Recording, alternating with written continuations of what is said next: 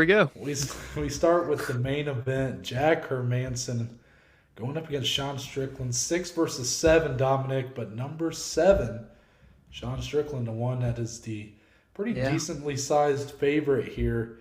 I think the big story going in is you got the momentum of Sean Strickland. You said in the nosebleeds, undefeated at middleweight, while Jack Hermansson, has been there, done that with the best of them. He's a high-profile fighter in UFC. He was high-profile at Bellator.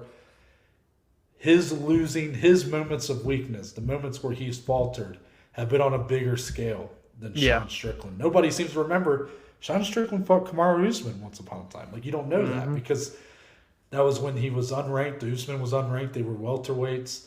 On the rise, Yeah. So Strickland's kind of been able to capitalize a little bit off that.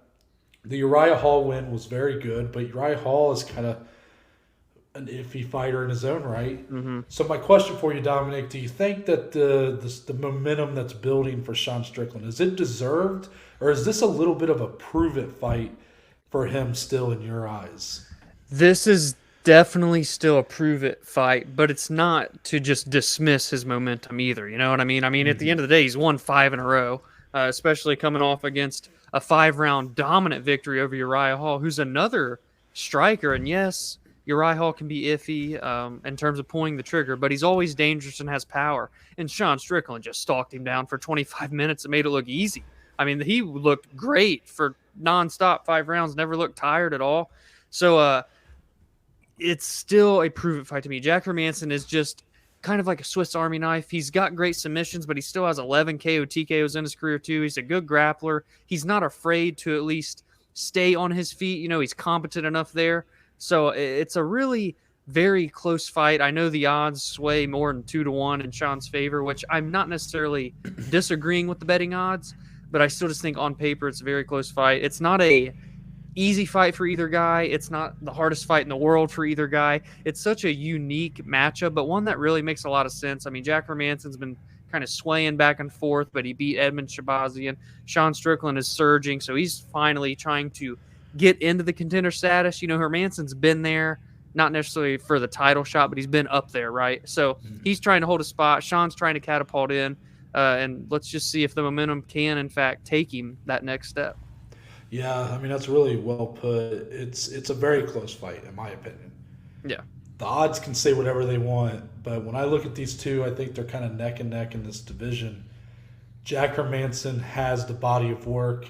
He has the tougher resume. Not all of it's wins, but he's fought some really tough guys. Marvin Vettori beat him, but he had his moments, and he showed a lot of durability in that fight. That was a hell of a fight, yeah. And for Sean Strickland, we haven't seen him be tested in that way, especially at middleweight. And that is to his credit. He's got a brawling style, but he's so technical. He doesn't get hit all that much. And good head movement. Does, he doesn't show any sort of worse for wear. It doesn't wear on him. It's not even like how a Diaz brother, when they get hit, and it cuts them immediately. Strickland doesn't even have that really. And he just keeps going, man. Yeah, and he'll talk to him in the cage. Yes, quite the personality. Let's put it that way.